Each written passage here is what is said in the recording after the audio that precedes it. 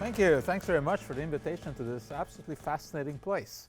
I mean, I've driven by here on the way to New York countless times, oblivious of the fact that this exists, but I'll be back in summer to see your cows and horses, because it is interesting. Well, let's get started with a professorial story.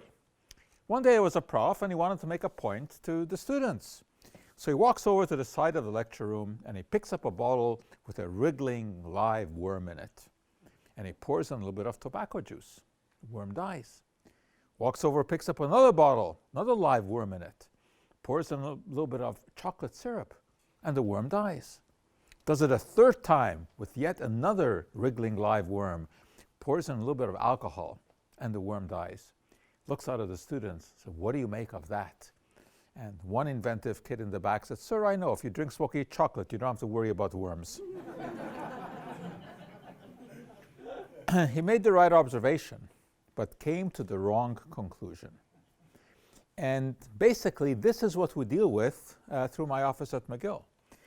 Trying to make sure that people look at the evidence, they make proper observations, and come to the right conclusions. We try to shine the spotlight into the dark crevices of the dark world of pseudoscience. And we do this without any conflict of interest. We accept no funding from any vested source. It makes no difference to me or to my colleagues whether or not any chemical, be it a pesticide, a cosmetic, or a drug, is regulated or banned. The only thing that makes a difference is that whatever decision is arrived at based on proper scientific methodology, not on emotion, not on hearsay, and not on the all-knowing they say. So about 18 years ago, McGill said that our job is not over the moment that our students graduate and pass out through our gates. Because today there's such hunger out there for scientific information that if it isn't fulfilled in a proper, unbiased way, then people end up listening to whoever is standing on top of the tallest soapbox, screaming the loudest. And those tend to be the quacks. But you know what? They're not so easily recognized because they have managed to cloak themselves in the garb of science, and they have learned to spout very seductive pseudoscientific lingo. And they're getting bigger and bigger and better at what they do. And it's getting harder and harder to deal with them. We try to overturn their cockamamie ideas, but they just multiply like rabbits. They're absolutely everywhere. And it is our task really to try to counter it by demystifying the science, by keeping people up to date on what happens in the world of science. And we hope to foster critical thinking, separate sense from nonsense. All of that works. Keep people out of the clutches of charlatans. And when we started this enterprise, I thought we needed a logo. And I suggested this one to the university. Now don't get all upset, we're not against raising animals or even eating them. What we're against is this commodity, which is being piled higher and deeper, and it's getting to be harder and harder to dig out from underneath it. It's everywhere. You can go to your local health food store and buy some aerobic oxygen. I'm not sure where you would go to buy anaerobic oxygen, but you get the aerobic variety here. And they will tell you that we need to put a couple of drops of this into a glass of water and consume it every day because the atmosphere is running short of oxygen and therefore so are we. This is, of course, absolute gobbledygook. There's no truth to that. What do they have in here? A smidgen of potassium chlorate, which in theory can release a trace amount of oxygen, far less than you would have in a breath, so it's irrelevant. Plus, of course, you can add to that we don't breathe through our guts, so there would be no point in putting oxygen into our stomach anyway. It's absolute nonsense. But they will tell you that we need to supply ourselves with this oxygen because the atmosphere is losing it. And then in a bizarre juxtaposition, on the next shelf, they can have antioxidants. So on one shelf, they're telling us that we're running out of oxygen, therefore we better start consuming it. And then on the other shelf, they're telling us that, boy, that oxygen can devastate you by producing free radicals. You better start getting those antioxidants. But of course, you will have people who will tell you that when they follow this regimen, they feel so much better. This, of course, is the classic placebo effect. It doesn't matter what you give people. It doesn't matter if it's aerobic oxygen or the triply distilled chromatograph sweat of virgin three-legged Himalayan mules. If they believe that it is going to be good for them, it will be. You can unfortunately sell just about anything to a scientifically ill-informed public, including dehydrated water. Yeah, there's a business selling that. And you know what people really clamor for, though? Something that strikes fear into the heart of any chemist. They want chemical-free products. Now, of course, this is the height of absurdity, because everything in the world, as you well know, is made of chemicals. Even this jar, which purports to be chemical-free, of course isn't, because it contains air. And air is, of course, a mixture of chemicals. The fact is that if you are buying something that is chemical-free, you're not getting a good deal, because you're getting absolutely nothing. But the word chemical raises fears in people's eyes. It is associated with poison, with toxicity. It's synonymous with toxins. And chemists are evil people who are in their laboratories just thinking about what new cancer-causing additive to put into our food supply. Why? What's their intent? Obviously, to kill off customers. So there is anxiety, there is fear out there. There is a great deal of confusion and disorientation and bewilderment. People are intellectually lost. The fact is that chemistry is really the thread that ties all of the other sciences together. If you have a feel for what molecules are, you get kind of an idea of what can and cannot happen in the world. If you have a basic concept of chemical reactions, you know what is reasonable and what is not. And the fact is that we make decisions based upon chemistry every single day. Numerous times during the day, we come to the proverbial fork in the road, where we have to make a decision. You get up in the morning, you decide, is it going to be coffee or tea? And if coffee, which kind of coffee? Regular or decaf? And if decaf, how decaf? The Swiss water process or the dry cleaning process? You decide for lunch what you're going to have. Is it going to be pizza or hamburger? What are you going to have with it? A soft drink or water? And if it's a soft drink, which kind? Diet drink or sugar-laden drink? And if it's water, tap water or bottled water? So these are all decisions. At night, you decide what you're going to cook and what you're going to cook it in. Is it going to be stainless steel or Teflon or copper or aluminum? People have concerns because they've heard that aluminum is linked with Alzheimer's disease.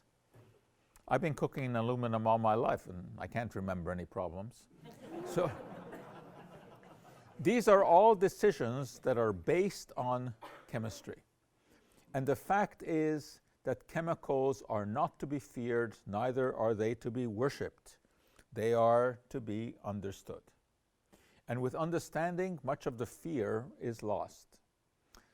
We have to get across to the general public that the world is made of chemicals, a fantastic variety of them. Chemical Abstracts now lists over 60 million known chemicals. That's a staggering number. Of these, more than 99% occur in nature. But those are not the ones that get the attention from the media.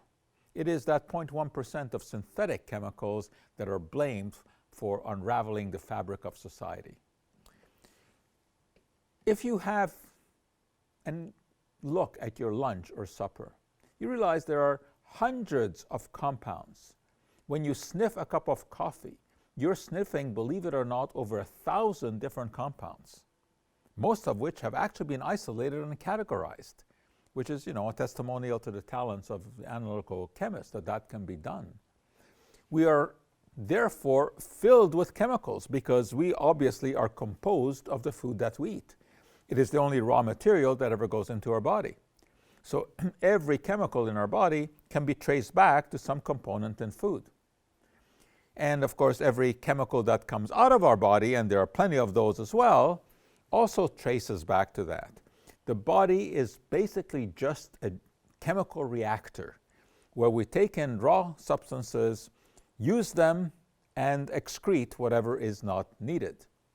And we excrete it not only in the urine, our breath, our saliva, of course, contains numerous compounds, and we do analysis of blood and milk and fecal matter. There are hundreds and hundreds of different compounds. So basically, we are a large bag of chemicals. That's what we are. And a lot of people are disturbed to hear that because they think chemicals, should be locked away in a flask somewhere in the laboratory. But chemical is not a dirty word, it's just a descriptor of the basic substances of which everything is composed. But I tell you, it is very easy to demonize them if you so want to do. Let me give you an example. Let's look at an apple, or better yet, take a bite out of that apple. What are we tasting? This is what we're tasting. These are not additives. These are not pesticide residues. These are the basic building blocks of that apple. That's what it is made of, including acetone. Now, the last time you encountered acetone was probably on the label of your nail polish remover, right above where it says, "Do not drink." For good reason. Acetone is a highly toxic substance. You do not want to drink it. Also in that apple, you have formaldehyde. You've heard of formaldehyde. That's basically embalming fluid. That's what morticians use to preserve bodies. It is a highly toxic substance. In fact, formaldehyde is a carcinogen. And there it is in the apple. So I could tell you, that every time you bite into an apple, you're getting acetone. That's toxic. That can kill you. But it's an economical way to go because you will be pre-embalmed. Well, that may rub you the wrong way, but there's some rubbing alcohol in there as well because there's isopropyl alcohol in that apple. But of course, as we well know, that apple isn't sitting around waiting to take a bite out of us. Apples are, in fact, very healthy fruits to eat, despite the fact that they contain a known carcinogen, formaldehyde, and a known poison, acetone. What's going on here? Well, several things.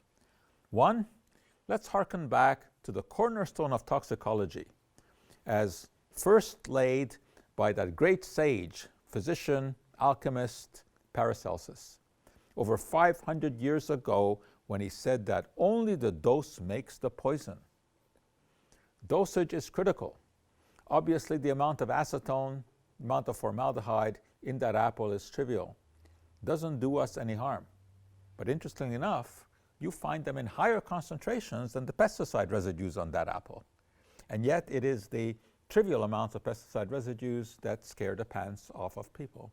But you can see how by selective information, you can, in fact, scare somebody about chemicals in their food supply, where the scare is absolutely irrelevant once you establish the idea that only the dose makes the poison. Now, that, though, has to be put into perspective as well, because it is true that with some substances, that dose can be very, very small. So if you think of something like ricin in the castor bean, that is so toxic that a couple of micrograms could do away with everyone in this room. Botulin falls into the same category. But still, the dose does make the poison, but sometimes that dose indeed can be very, very small. People sometimes ask the question, is aspirin toxic? Well, it makes no sense to ask that question. You know that if you have a headache and you take an aspirin tablet and you lick it, your headache will not go away. If you take 2 tablets and swallow them, your headache will go away. If you take the whole bottle of tablets and swallow them, you will go away.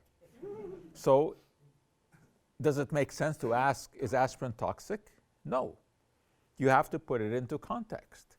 The same way when we talk about pesticide residues or herbicide residues or natural toxins in the food, you have to put it into context. Ask how much is in there And how does that compare to what we know causes a problem? Why do we have to do these things? Because we go through life evaluating risk. That's what we do. Now, of course, not necessarily in a conscious way, but every time when you open that fridge and you see that something has been sitting there for a couple of weeks and you ask yourself the question, should I eat it or not? That's really a question of risk evaluation. That's what you're doing. Of course, sometimes it can be a lot more complicated than that. But in the scientific realm, we go about risk evaluation by making judicious use of the peer-reviewed literature. This is the altar at which we worship, perhaps sometimes too much, relying on it too much. But peer-reviewed literature is still the best way to gather information. Is it foolproof? Of course not. That dreadful fraudulent paper by Andrew Wakefield making a link between vaccination and autism appeared in The Lancet, one of the world's leading medical journals. How did that happen? Because, of course, when you're a referee and you're asked to review a paper, you cannot redo the experiment. That work may have been the work of several people over many years. So you have to assume that what is submitted in that document was done the way that it is described, and the data were accumulated the way that they say. If someone is going to submit fraudulent data, that is not going to be caught until someone tries to replicate the work. And that's when you find a problem. That's why one of the hallmarks of science is that we don't pay attention to anything until it's been duplicated. A single study doesn't mean anything, other than that it should be the springboard to do another study to see whether or not the data can be justified. So no, peer-reviewed literature is not perfect. We know that there are a lot of papers that present information, present data that has not been duplicated. In fact, if you are aware of the current trend in scientific literature today, there are many, many articles about that. John Ioannidis is a physician who champions this issue of somehow trying to improve peer review because he claims with a good deal of evidence that about half of all scientific papers that are published have fatal flaws and cannot be reproduced. But anyway, at least we try, because we try to make decisions based upon the evidence. Whether or not that evidence is properly presented, is correct or not, that's a different question, but at least we try to base it on evidence. On the other hand, the general public mostly works on the basis of emotion, and emotion will outweigh logic. Let me give you an example. True story. One day a foursome of ladies was playing golf on a course just outside of Montreal, early in the morning, and a truck comes by, spray truck, and they feel the spray. They rush back into the clubhouse and accost the greenskeeper. One of them says, "Gee, got a headache." The other one got a rash. The third one had the biggest problem of all. And I'm sure you already guessed the bottom line to this story. Of course, there was a truck out there spraying early in the morning. It was spraying water. But of course, these ladies were so tuned in to the problem of pesticides, they had been reading about it, that they were sure that they had been sprayed by some sort of toxic substance, and therefore got the symptoms. Now, it's also important to appreciate the fact that those symptoms were real. They really felt that headache. Right? This is what we call the nocebo effect, which is sort of the bad cousin of the placebo effect. The placebo effect is one of the most important effects in medicine, as well as in what we refer to as alternative medicine. Whenever there's belief that something will do you good, 30 to 40% of the time it will. Of course, it will not cure the underlying condition, but it will change your perception of the condition. So the placebo effect is indeed very important. And this also comes into play, as we just saw, with the issue of pesticides. when people are so worried about these because they've heard about potential toxicity and all of the risks, they can actually feel sick when they just believe that they've been exposed to pesticides. Now, of course, that in no way means that you cannot have legitimate reactions to pesticides. Of course you can. I mean, let's face it. Pesticides are dangerous substances. They're toxic substances. That's what they are designed to be. They are designed to kill. Pesticides are designed to kill insects, they're designed to kill fungi, and they are designed to kill weeds. So, of course, by definition, they are toxic. However, we use them because we cannot produce the food supply that we need at the cost that we need without the judicious use of agrochemicals. And the reason, of course, for that is that there are many species out there, insects of all kinds, that would like to eat the same things that we eat. So there's a competition. Who gets there first? And very often, they get there first. Estimates are that 40 to 50% of all the food that is grown never gets eaten. Now that's a frightening kind of a statistic, especially when you calculate the input in terms of pesticides, fertilizer, and all the trucks delivering these things, the gas emissions, etc. Wasting half of the food that we grow is tragic. Now, of course, pesticides are toxic not only to insects and weeds, they are potentially poisonous for humans as well if they are not properly used. And unfortunately, there are areas of the world where they are not properly used, where the training is insufficient, where they don't even read so that they make mistakes. They don't know that a certain chemical has to be diluted before used. They don't recognize the fact that you need to have protective equipment. So yes, in the developing world, there is a great deal of pesticide poisoning, without a doubt. In North America, of course, we see much less of that because here there's training. Farmers, as you well know, have to know how to use pesticides and how to protect themselves. Show a picture like that when you see a farmer out there spraying in a hazmat suit, then people think, oh my goodness, look what he has to do to protect himself, and we're eating all of these foods which have the same chemicals on them. Well, of course, they don't have the same chemicals on them in the same concentration. That's the key.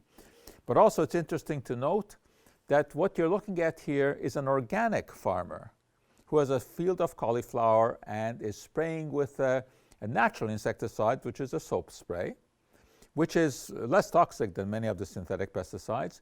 But you certainly don't want to inhale this because it will dissolve the mucus lining of the lungs. So you have to take proper care. But no matter what, these are risky substances because they are designed to be risky substances. That's the reason that we use them.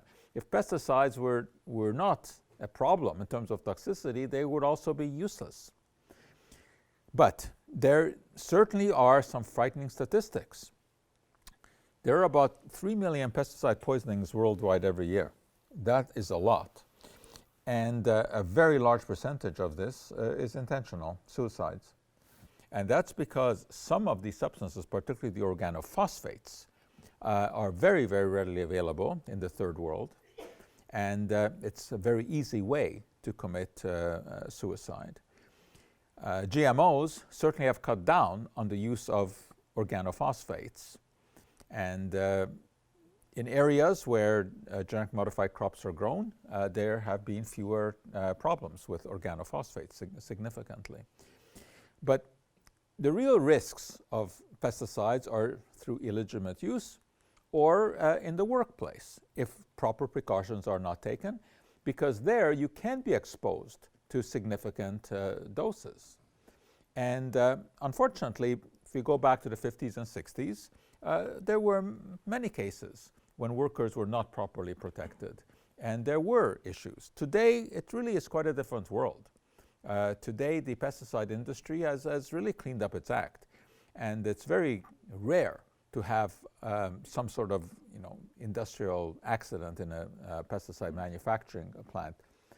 But farmers, of course, are exposed to pesticides. I mean, this is without a doubt, because they're the ones who are out there spraying. And this can give rise to problems. We know, for example, that there is a greater incidence of Parkinson's disease in farming communities. Now, exactly why that is not so easy to determine. There is pretty solid evidence that it can be linked to certain pesticides. But because farmers have such a distinctly different lifestyle from the general population, it is very difficult to correct for all confounding variables. How can you correct for working X number of hours a day, outdoors, very often breathing vapors, gasoline vapors from the tractors and the trucks? I mean, all of these things have to be taken into account. But I think it's also interesting to note that it's not only synthetic pesticides that are the problem here. Rotenone, which is a pesticide that was used in organic agriculture quite extensively, much less so now. This is a natural pesticide extracted from the roots of the Derris plant, and that also has been linked to Parkinson's disease. So it has nothing to do with whether that chemical is synthetic or natural. In fact, this is one of the biggest myths that we in the scientific community fight. And I would say that, in my close to 40 years of being in this business, that is the single biggest myth. The belief that if something is natural, it's benign and good. If it's synthetic, then it's questionable and probably bad for us. There's no such equation. Nature is not benign. Nature is very dangerous. Bacteria and viruses and fungi are natural. As I said, botulin and ricin are the most toxic substances we know, and they're natural. Tornadoes are natural. Tidal waves are natural. We spend much of our life trying to overcome the ravages of nature. So it has absolutely nothing to do with whether a substance is natural or synthetic.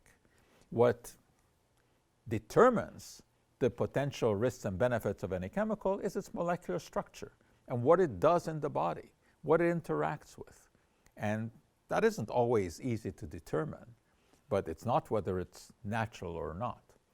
Now, there are, of course, very stringent regulations about what pesticides can be used and how. In the US, it basically is up to the EPA and FDA to decide. FDA looks at residues on foods. EPA looks at what can be used on the farm. In Canada, it's the Pesticide Management Regulatory Agency, which is a branch of Health Canada that looks into this. They're the ones who, like the EPA, will take submissions from companies that want to market a pesticide and decide whether or not that pesticide should be, the term used is registered. That is, can it be used and how, in what doses, on what kind of crops, etc. Today, all these submissions are electronic, but it used to be on paper. Let me show you the submission on paper for one pesticide. Here it is. Hundreds of thousands of pages, because the requirements are to show evidence of safety in test animals.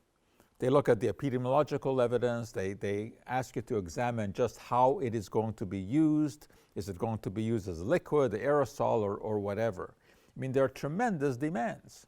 And then, of course, they will decide whether or not it can be used. And if the decision is that it can be used, there will be very strict regulations about how much, how it's to be used, and where, on what crops it can be used. Of course, the problem is that we can never determine subtle chronic effects. We can determine acute effects very easily, right? You take a group of rodents, whether they're mice or rats, and you give them increasing amounts of whatever you're testing until half the population dies, and then you have your L50, which of course gives you a measure of acute toxicity. Well, acute toxicity is not that hard to determine, but this is really not what we worry about, is it? Nobody thinks that if you're going to eat a corn cob that may have a trace of glyphosate on it, nobody thinks you're going to drop dead tomorrow. The question is, what if you eat that corn cob every day for 40 years? Is it going to have some sort of an effect? And that, of course, is essentially impossible to determine because you cannot do the requisite study. And I'm not only talking about glyphosate, put any chemical in that equation. You cannot have two groups of people and monitor them for decades, which is what you would need to do, where the only difference between the two groups is the chemical being present or not. It's impossible to do logistically, economically, sociologically, right? So it often comes down to just making educated guesses. And that's really what it is when you see headlines like this: study links pesticide attention to problems. Any time that you see the word link, the red flag should go up, because just because something is linked does not mean that there's cause and effect relationship. Cause and effect are quite different, difficult to determine. Breast cancer is linked to wearing skirts, but obviously skirts do not cause the disease, but the link is certainly there. So one has to be very careful about links. Now, of course, we do get information from animal studies whereby you can do experiments on animals and see what happens, but also in the wild, where you do samples of water and take a look to see whether or not there's any effect on the animals, and we get some information like that. And atrazine, of course, is being put under the microscope these days as a potential toxic substance that's out there in greater doses than it should be. But again, you can't equate a frog to a human. So it's a big jump from there. One of the biggest concerns today, as you well know, is the missing bee, the colony collapse disorder. And boy, is this ever a complicated business. I tell you, I spent many, many hours trying to unravel this, spoken to many, many experts all over. And the truth is that nobody really knows. There, of course, are all kinds of theories. The one that gets a lot of publicity these days is the neonics, the Neonicotinoid Pesticides.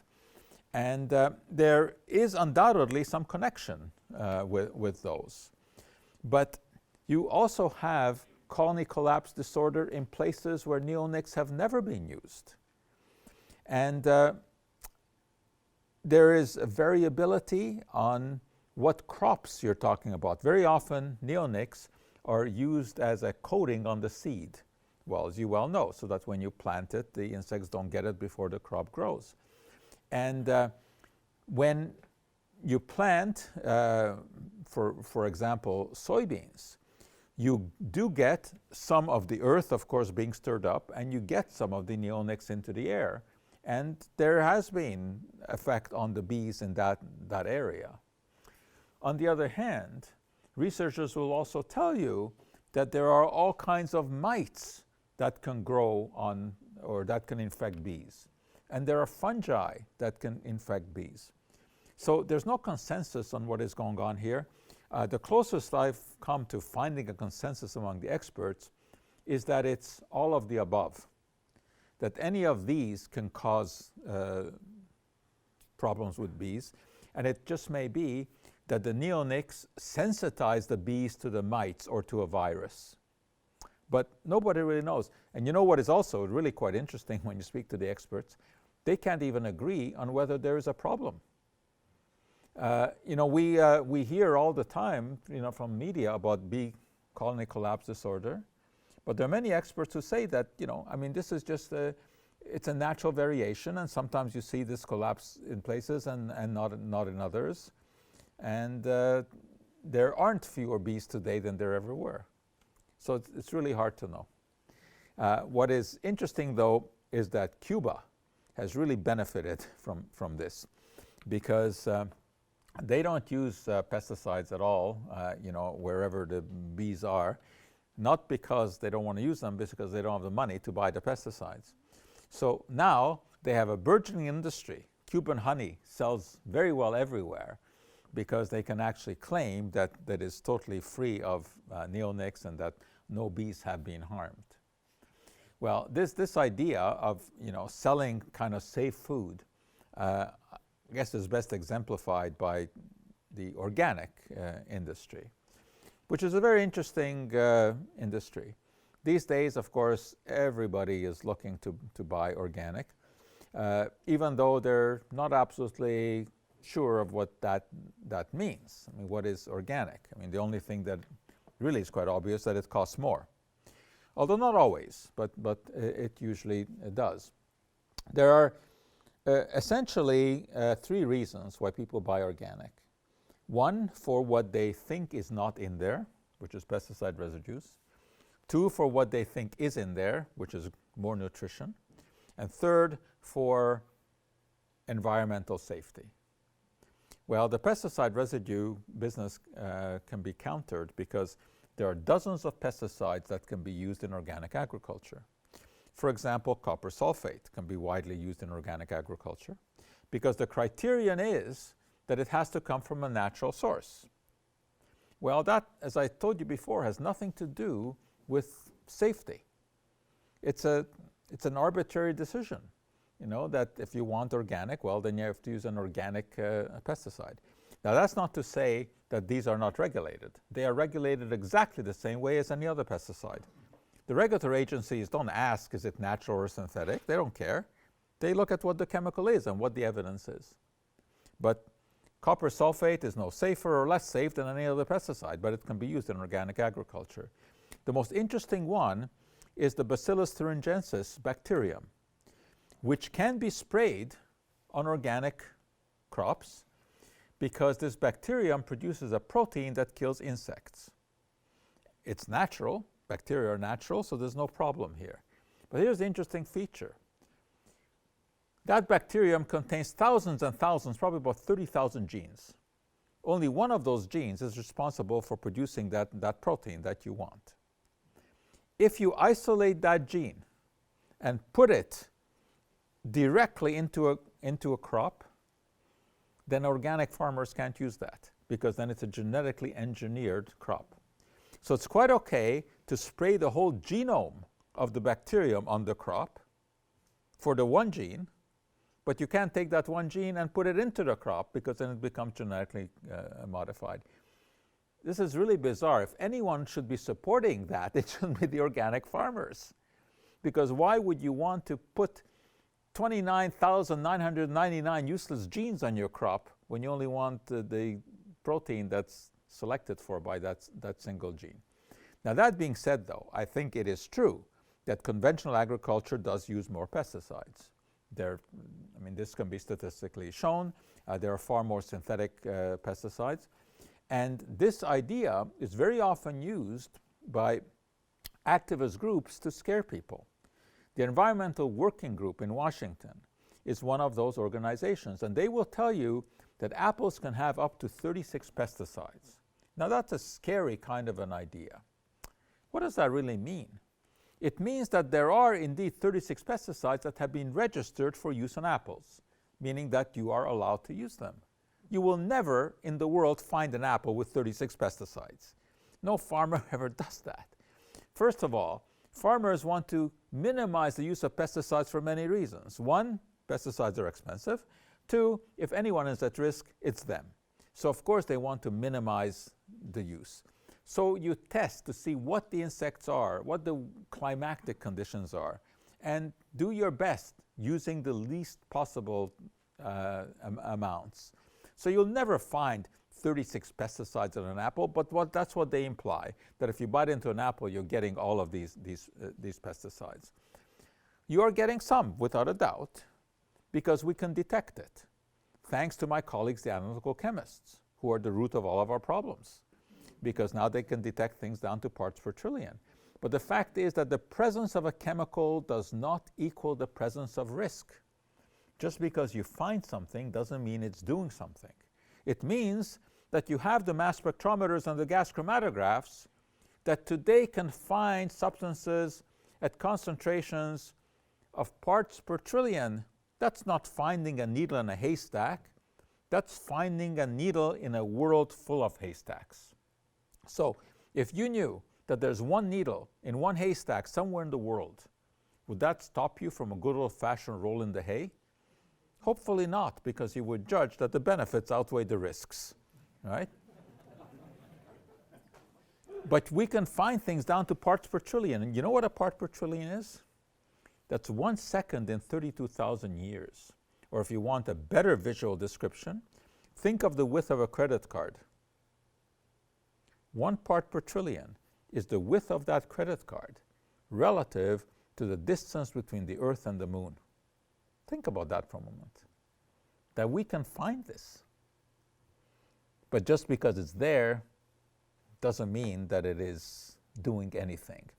But if you listen to the Environmental Working Group, every year they will trot out their list of the dirty dozen, the fruits and vegetables that you should only consume in their organic version because they contain pesticide residues. And you get the idea that if you eat produce from the non-organic aisle in the supermarket, you are basically taking your life into your hands. Well, the fact is that there is a lot of solid research out there of scientists who say, all right, well, let's just look at what residues there are. Let's actually measure them. And let's see how they compare to what we know is potentially toxic. That is the allowable daily intake, which is arrived at through very complex investigation, first by feeding animals increasing doses until you notice an effect, cutting back the dose to when you notice no effect, that's the no observed adverse effect level, dividing that by a factor of 100 for added safety. That's called the acceptable daily intake, which already has a big safety factor built in. So then you want to look at those pesticide residues and see, do they compare to the ADI in such a way that they exceed it? The answer is no. So there's no problem in giving kids our apples, even though there may be some trace of pesticide residue on there because it's a trivial amount. Of course, the question can come up, well, yeah, you got a trivial amount here, you got a trivial amount on your carrots, you got a trivial amount on your oranges. Doesn't it all add up and overwhelm the immune system? Well, not that we think, but you can never give a conclusive answer on that because it's a study that's impossible to do. You can't determine cross reactions between all of those substances in the body. I mean, if you just have 3 substances, you already have 6 potential interactions, right? It's impossible to determine it all. So again, we make some good educated guesses. Well, today, people are worried not only about the pesticide residues on the apples, but they've heard about this new variety of apple, the Arctic apple, which will not turn brown. Now, the apple turning brown is not a toxicity problem at all. We know that you cut an apple open and it will, eventually turn brown. This has nothing to do with toxicity. This is a fascinating chemical reaction where air oxidizes some of the compounds and forms these pigments. But people don't like to eat the brown apples, especially kids don't like to eat the brown apples. So there is now a variety of apple that has been arrived at through genetic modification, although only apple genes are used. There's no gene that is introduced from any other species. And these apples don't turn brown. And it turns out that you can give this to the kids in their lunch boxes and they will eat them. So it does have a real world connection. There's a purpose to this. Kids are more likely to eat apples that don't turn brown.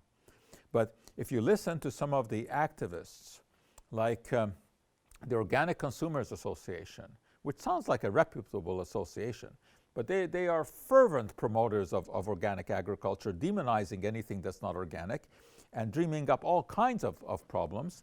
And they will give us words like this: U.S. factory farm meat, dairy and poultry industry, it's an out-of-control system, etc., poisoning us. And I'm sure that you've seen this, the chemical fertilizers and growth promoters and hormones.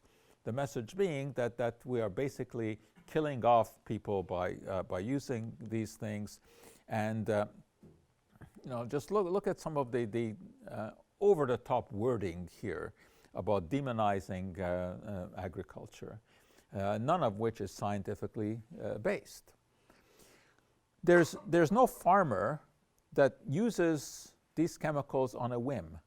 I've never met a farmer who told me, gee, I don't think I've been spending enough money on my crops. let me go out and buy some toxic pesticide that I can spray on my crops to potentially harm myself and scare off my customers. I never heard of a farmer like that. So, of course, it's out of necessity that these things are used.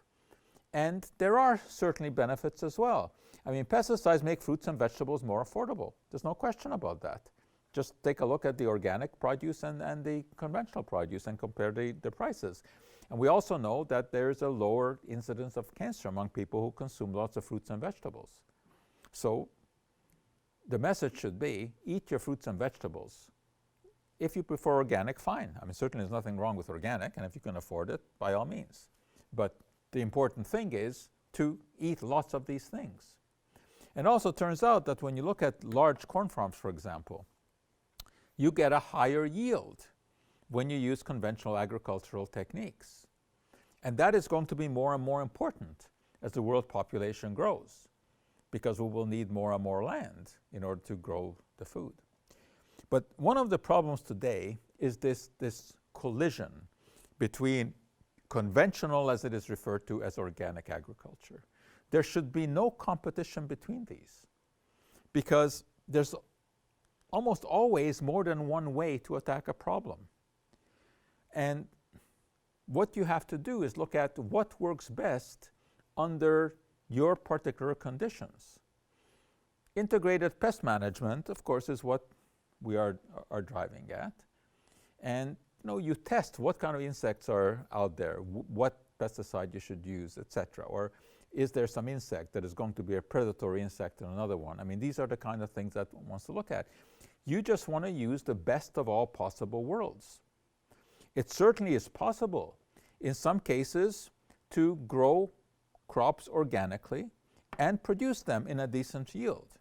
But it takes a lot of work, it takes more land, and generally it costs more, but it is doable. But it's a question of where. You may be able to do this in California, but you couldn't do it up here. It's different environments, different insects, etc. So what may work in one place will not work elsewhere.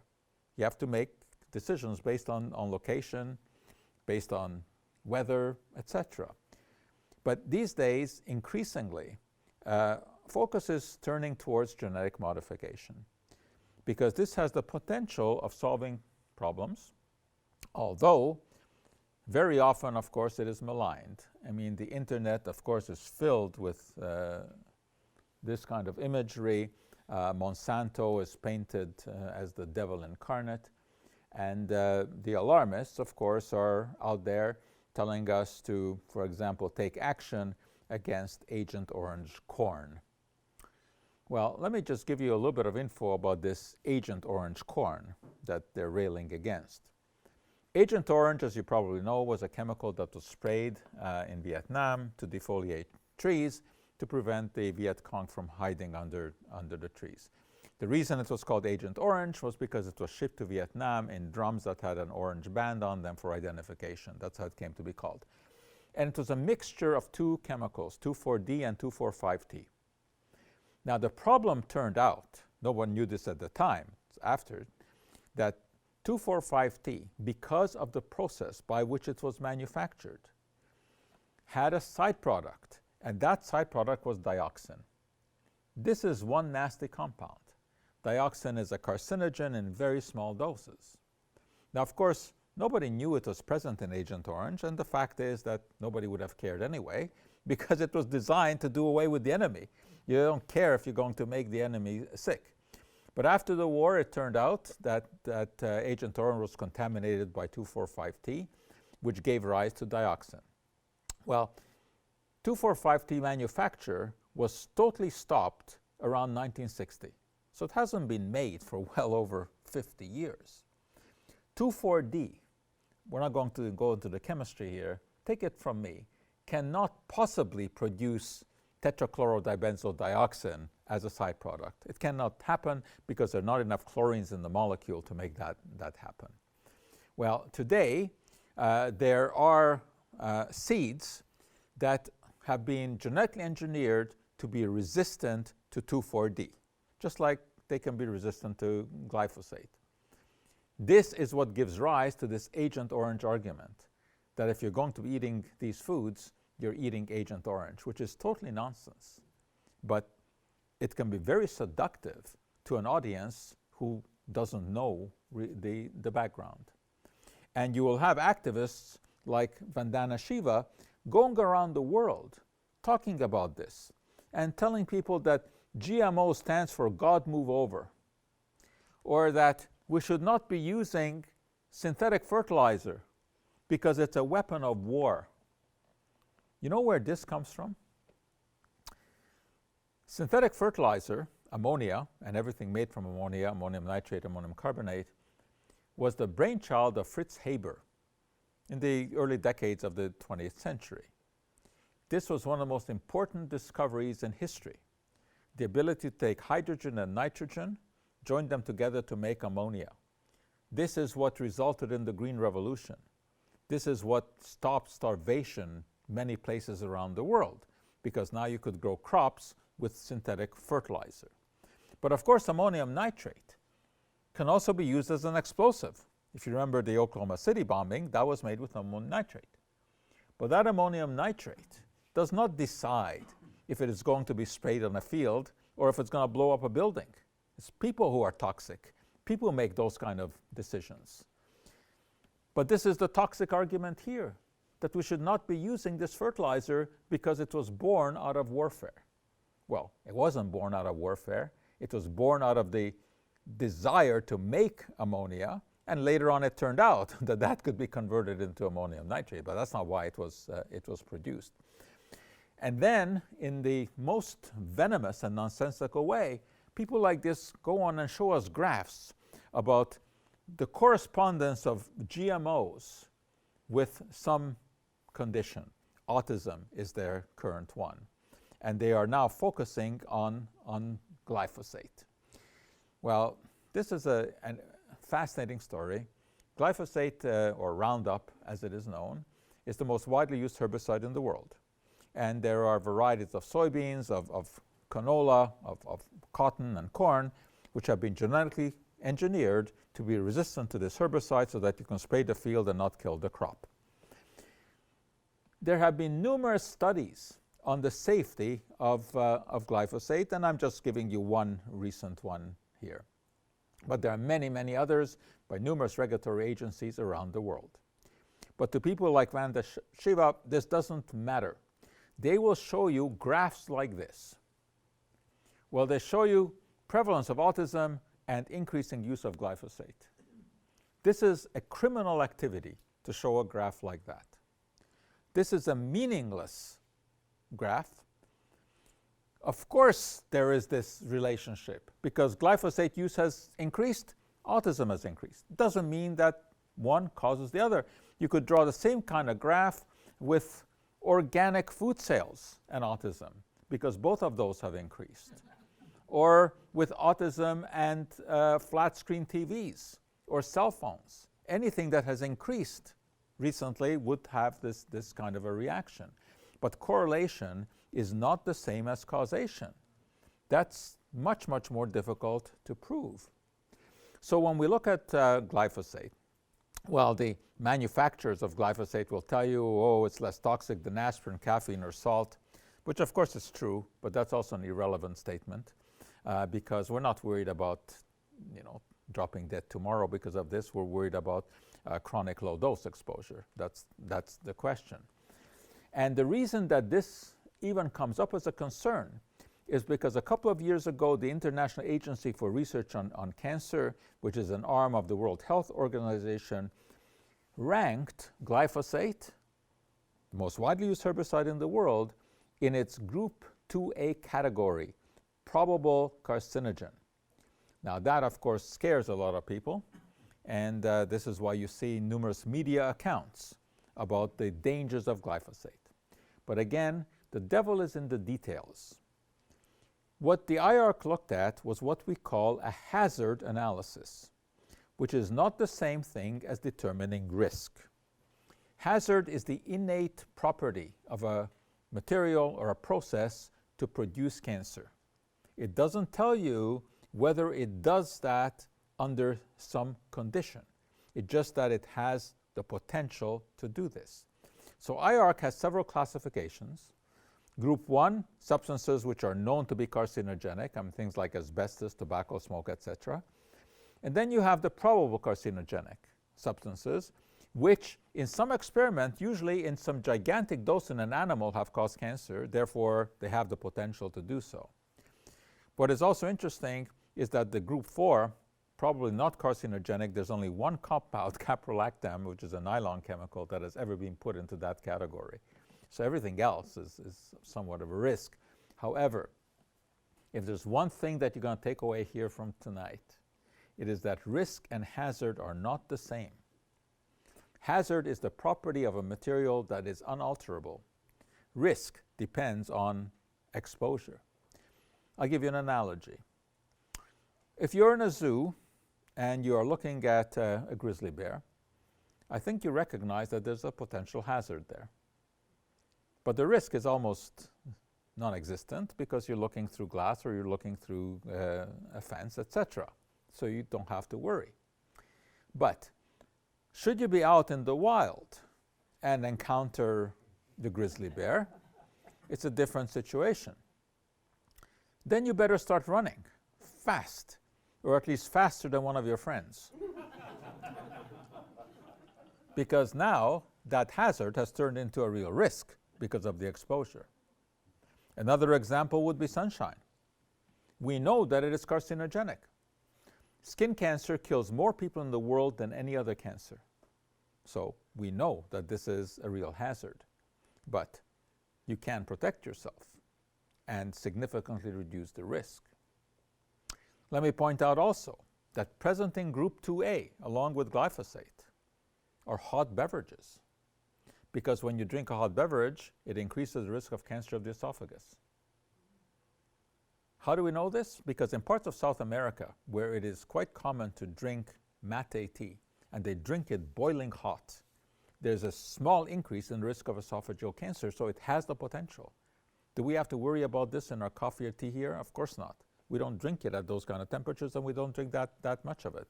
But it is in group 2A. Also in group 2A is red meat. Also in group 2A are all kinds of baked goods. Why? Because they contain acrylamide, and acrylamide forms naturally in the baking process. Also in group 2A is a probable carcinogen, the hairdressing industry, because they use all kinds of substances that are potentially toxic. But in group 1, which is the group that is known to cause cancer, is bacon, the stuff that everyone's mouth waters over. So people worry about glyphosate, which is in group 2A, probable human carcinogen, not about bacon, which is in group 1, a known carcinogen. Well, of course, the activists now paint a picture of glyphosate or Roundup as the ultimate killing machine, based upon this IARC classification. One of the champions of that idea is Dr. Stephanie Seneff at MIT. And of course, you have MIT after your name. That gives you credibility. Never mind the fact that she's a computer scientist and has no training in chemistry, biology, or agriculture, but she has found a niche for herself. She gets a lot of publicity by writing papers implying all of the possible links between genetically modified organisms or glyphosate and disease. And she writes them in these open access journals, mostly these what we call pay-for-play journals. You pay and you get whatever is published. The reviewing is almost non-existent.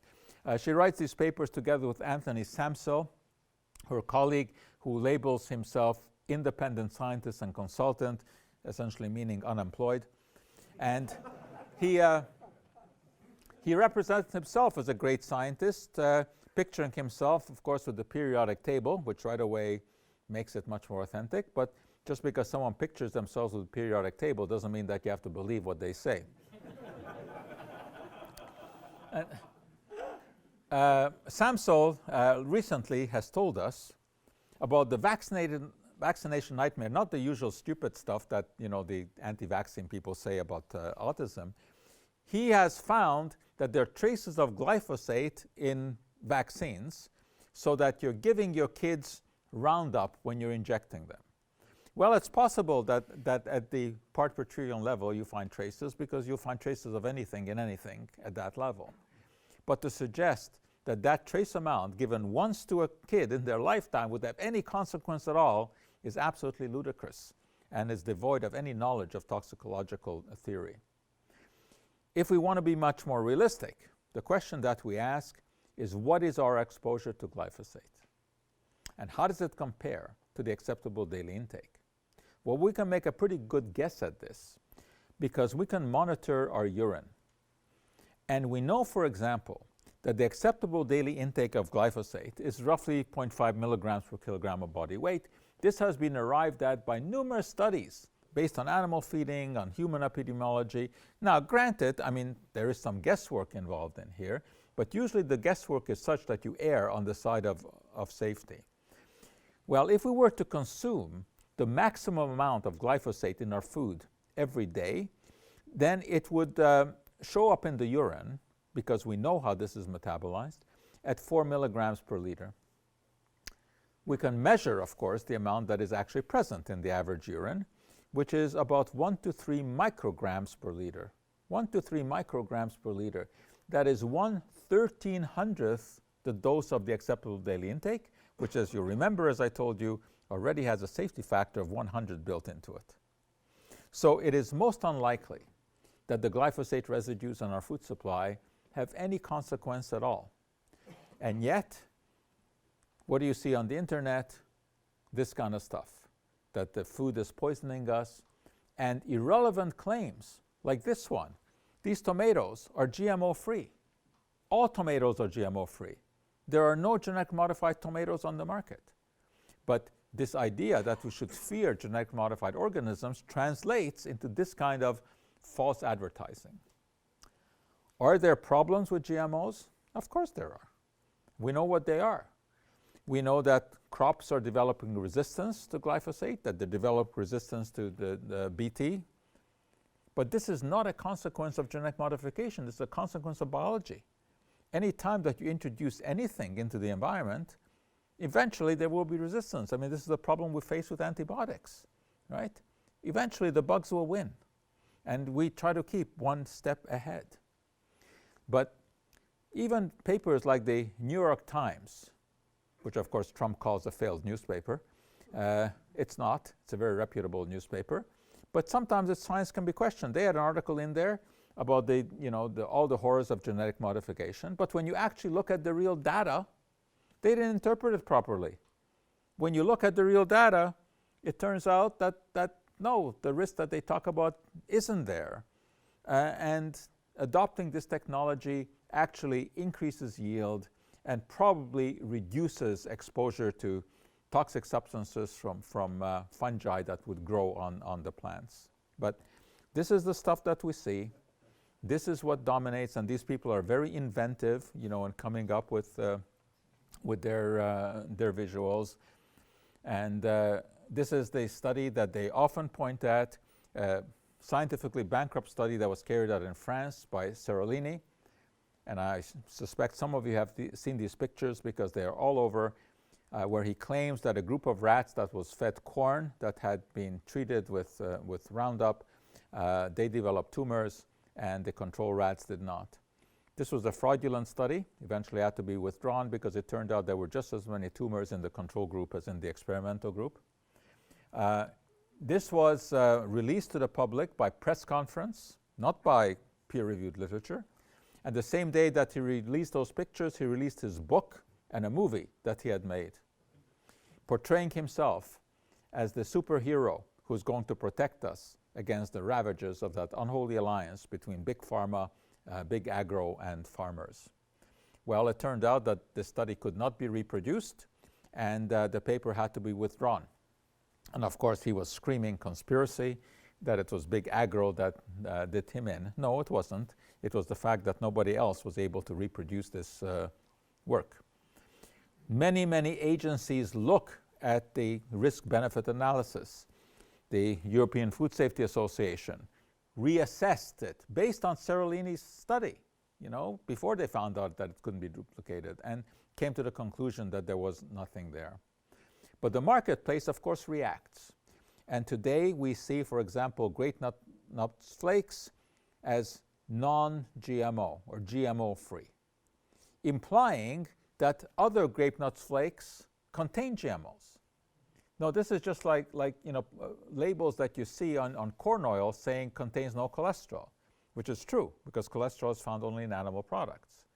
But it's a different kind of false advertising. And while it may be true that it contains no genetically modified organisms, neither do any other of the comparable cereals. But something else about this one is that it contains no vitamin A, D, B12, or riboflavin, which is found in the other cereals. You know why? Anyone know why? Because those vitamins are actually produced commercially by genetically engineered bacteria. That's how vitamins are produced. But of course, if you're going to use genetically engineered bacteria, you cannot claim that your product is GMO-free, even though that final vitamin, of course, has absolutely nothing to do with the bacterium that produced it. So we keep seeing these studies that are constantly updated because the scares come out and the agencies look at it, and we see that they conclude that there just isn't anything there. That this doesn't mean that we should not keep our eye on the technology, because of course you never know what may happen in the future, something that you never thought of. I mean, in the 1930s, refrigerators ran on ammonia and sulfur dioxide.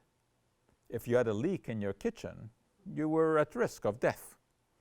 And then they were replaced by freons because they're totally inert. They were much better refrigerants. Who could have ever guessed that 50 years in the future you would find the freons in the upper atmosphere destroying the ozone layer? How could you even have thought of something like that? So, of course, there's always the chance that you can find something in the future, but we go by whatever evidence we have available now. And of course, by cherry-picking data, you can show almost anything you want to show. You can cherry-pick your data to show that glyphosate is toxic, or I can cherry-pick my data and come up with a study equally valid in the peer-reviewed literature that shows that glyphosate has an anti-cancer effect. So it's always a question of the preponderance of information, because you can find individual studies to show anything you want to show. Finally, the question that very often comes up, and I'm sure that it come up in this area, is your right to know and whether or not there should be labeling. This is a very thorny issue, because the question is, where do you draw the line? I'll give you an example. You look at this label, and you see the second ingredient is soybean oil. Well, let's say that soybean oil came from genetically modified soybeans. But that oil contains no remnant, no vestige of that genetic modification. This is pure oil, which cannot in any way be distinguished from any other oil. So if you cannot chemically distinguish it, why would you label it? Because as soon as you label it, what does that imply? It implies that there's a reason for that label. That is somehow different. But it isn't different. Of course, people can argue, and they do, that, okay, well, I'm not worried about any health effects. Okay, I understand that there's no health effects here, but I don't want to support this unholy industry. So I want to know what foods, are GM. That's a more reasonable argument than the worry about health. But these people do have an out. You can just buy organic, because by definition, you cannot have any product of genetic modification there. But the bottom line to all of this is that life is full of risks. You cannot get away from it. You can be out for a casual walk, and terrible things can happen. Yeah, really terrible things. Oh, don't go, oh, we're nice people, we faked it, they're fine. But they are not the innocent little creatures that you think they are.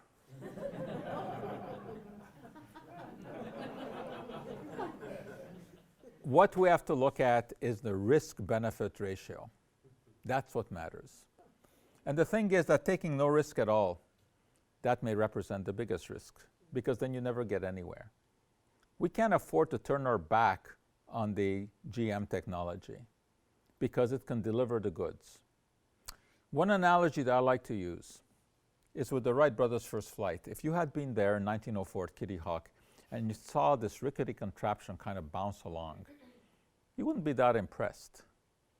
But I think if you had any foresight, you'd realize that, yeah, well, today maybe it's in the air for 100 meters, tomorrow it's going to be 200 meters, and pretty soon you'll be flying village to village because the concept was proven. But you also don't have to have seen a crash to visualize that that could happen. Something goes up into the air, it might not come down the way you want it to come down. This is where we stand. We have shown the viability of genetic modification, that it can do things. No, it's not going to be the savior of the world. It's just going to be one tool that can be used. Can it have pitfalls in the future? Yeah, it's possible. I think unlikely based on the research that we have, but possible. We go by the evidence available at any given time. Interestingly enough, even in Rome, the Pontifical Academy of Sciences, let me tell you, not your most liberal organization, has said that scientists have the responsibility of feeding the world. And if it takes genetic modification, that is what should be done because the population is going to increase. There's no doubt. And pretty soon, there'll be 10 billion people coming to dinner. We have to feed them somehow. It has to be done with the judicious use of agrochemicals, I think including some aspect of genetic modification. This is what modern farming is all about. This is why we need to thank some of you guys who are farmers, because you do an incredible job. You know, it used to be not that long ago that 70% of the population was involved in producing food. Today it is 2%. 2% of the North American population grows the food for the rest of us. That's a tremendous alliance between farming and chemistry, because the agrochemicals, when properly used, give us a very effective and varied food supply. But it's a message that's difficult to get across to the public because fear-mongering gets a lot more press. Science does not have and does not claim to have all of the answers. Science is a process. It's kind of a race towards a finish line where the finish line always is moving away from you, but you're getting closer and closer to it.